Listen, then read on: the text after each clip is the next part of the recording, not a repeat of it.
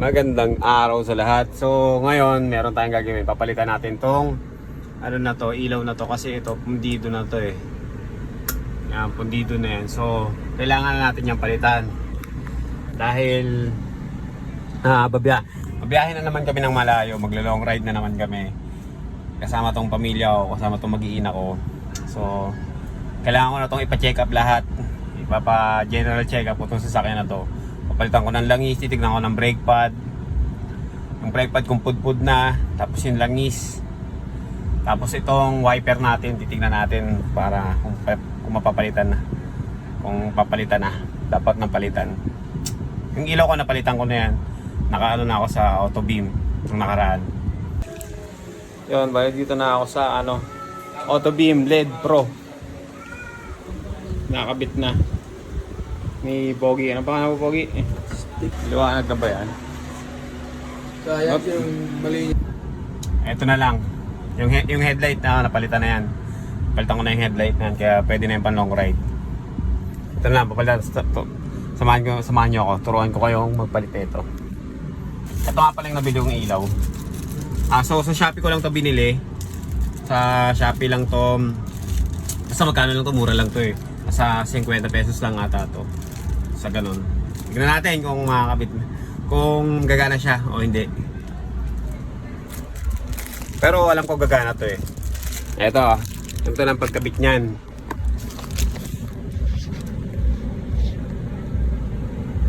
Tanggalin muna natin to. Ayun na, tanggal na siya. Tinanggal ko na yung pinakatakip niya. Tapos pagkatanggal niyan, ito pala yan. Ganito siya. Hindi siya ito. Ganito pala yung ano niyan. Ang pinakadulo niya. Ayun. So hindi siya magkaiba oh. Hindi yung dulo niya ganito. Pero meron siyang kasamang ganun. Ito. Oh. Na ganito yung dulo. Ito. Yan. Tara, kapit na natin to.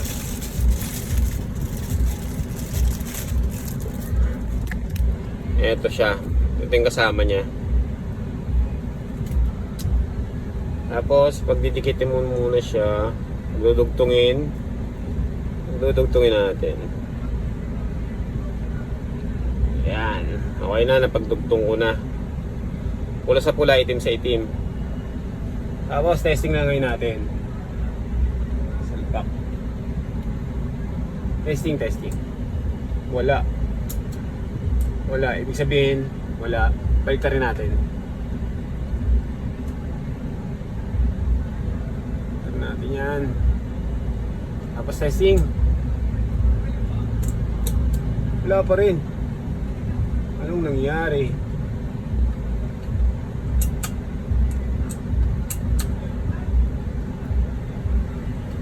What happened, man?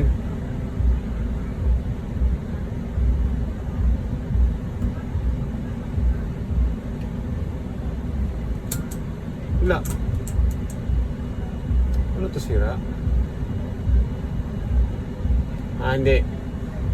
Subukan kong ito ang ko. Gamitin ko tong luma niya. Ito bago eh. Ayun. Balikan natin. Palitan natin ang ginamit kong connector niya. Yung luma. Subukan ko.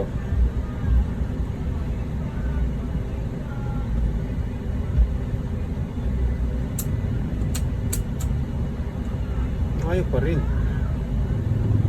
Bakit ganon?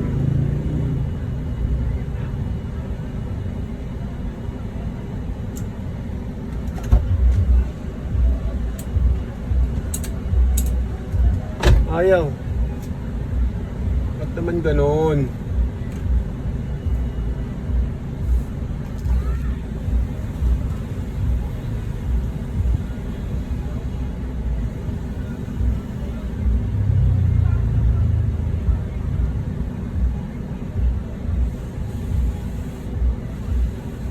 Bakit ganon?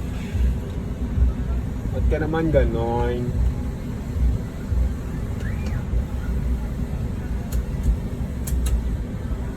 Ayaw.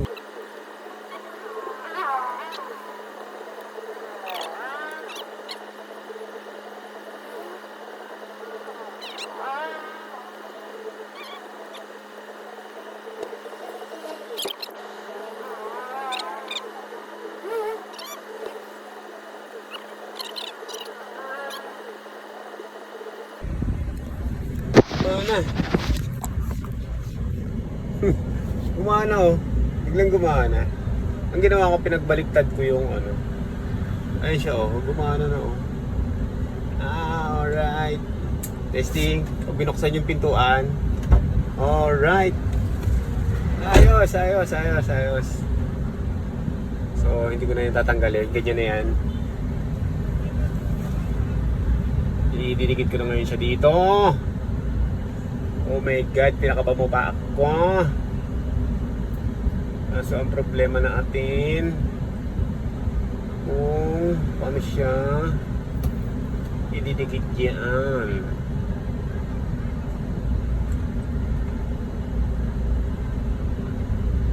Yan. Dapat ganyan. Silalagay ito.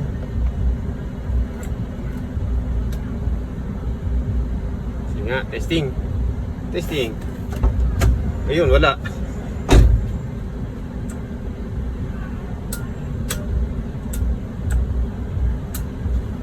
Okay, ilaw.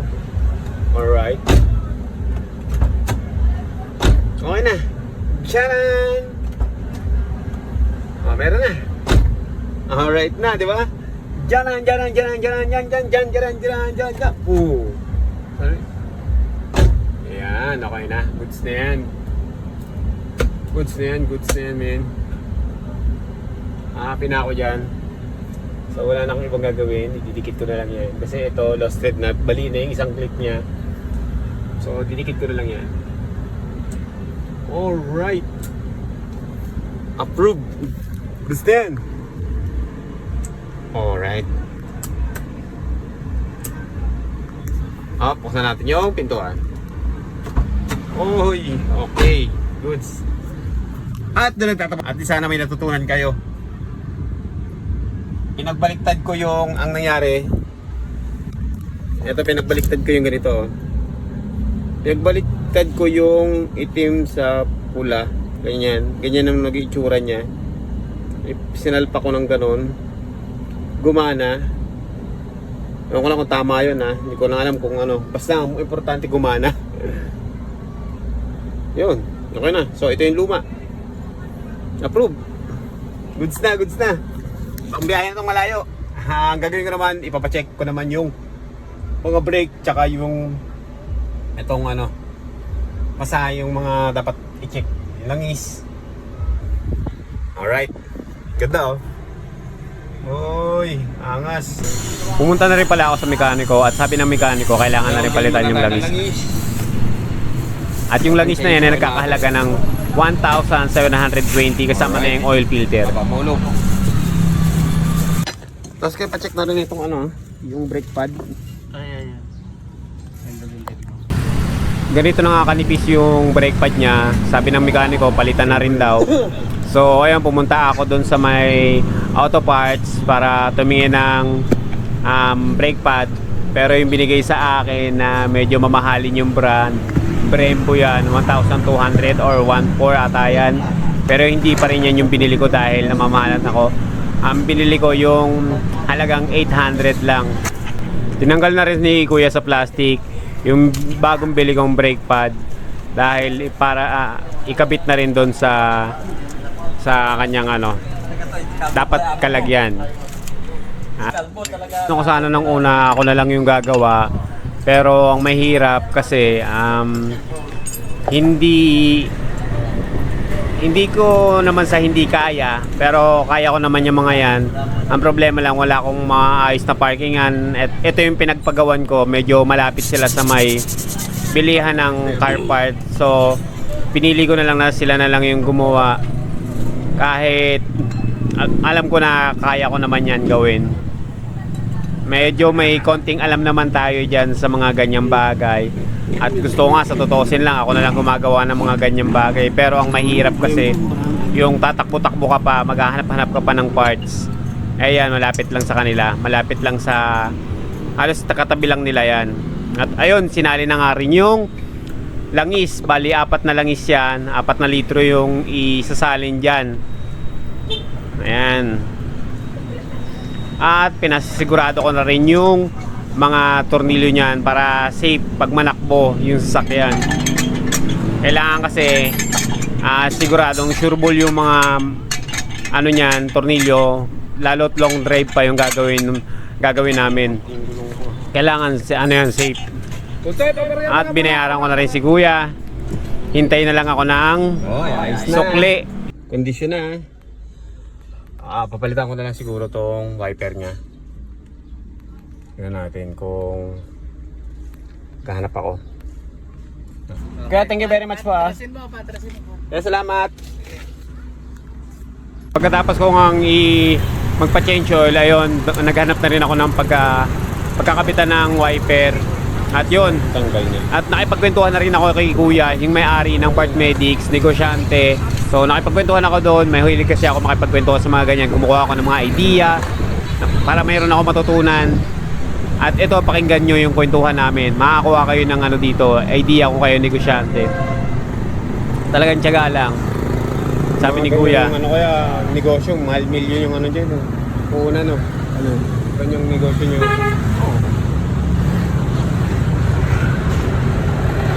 Wala lang sa malit na ano lang, puhunan. Oo. Magkano puhunan nyo nung araw? Sa 300,000. 300,000 nung araw yun. Wala pang pyesa no, malipunti-punti lang. Oo. Ilang taon na ako kayo nag-ano ganyan negosyo? Simula 2003. 2003. 20 ano na, 22 years. Yeah. Talagang dekada na. Ganoon dekada na eh. Hindi ba sumusuko eh. Oo. Tsaga-tsaga lang talaga. Meron kasi ako dyan tindahan. Sa akin naman sari-sari store. Tapos may Pwede. vape shop. Yan ang Ito, negosyo. pwede rin ah. Pwede rin yung sari-sari store ah. Po? Pwede rin ah. Oo. Makikita rin. Okay din naman ho. Iba, tinatamad na mag-negosyo. Ayaw. Pero at least naman kung kaya pa. No. Ngayon kasi iba kaya. Baka unti-unti lang naman, di ba binibigla yan eh. Hindi pa mapapakot yung unti lang naman. Minsan ba parang parang ang tagal ng pag-asenso pero hindi talaga ganoon eh. No? Hindi biglaan talaga eh. Talagang gugugol ng panahon eh. Gugugol ng taon. Yung gagawa mo, talagang kung hindi ka marunong magtsaga, wala. Wala ka nilaga. Tiyagaan lang talaga. Wala na ata yung anak nyo dyan, yung ano dyan. Eh, mga pamangkin ko. Pamangkin nyo. Nag-channel lang, nagtutulong eh. May extra mga bata, yung mga pamangkin niya. Okay. Okay na po. Okay. Woo! Okay na naman! Dahil Bicol na naman to, man! Long drive na naman to! Napalitan ko na yung langis, napalitan ko na yung ilaw, yung brake pad, tapos itong wiper. Okay na. Tara! Let's go! Let's go Bicol!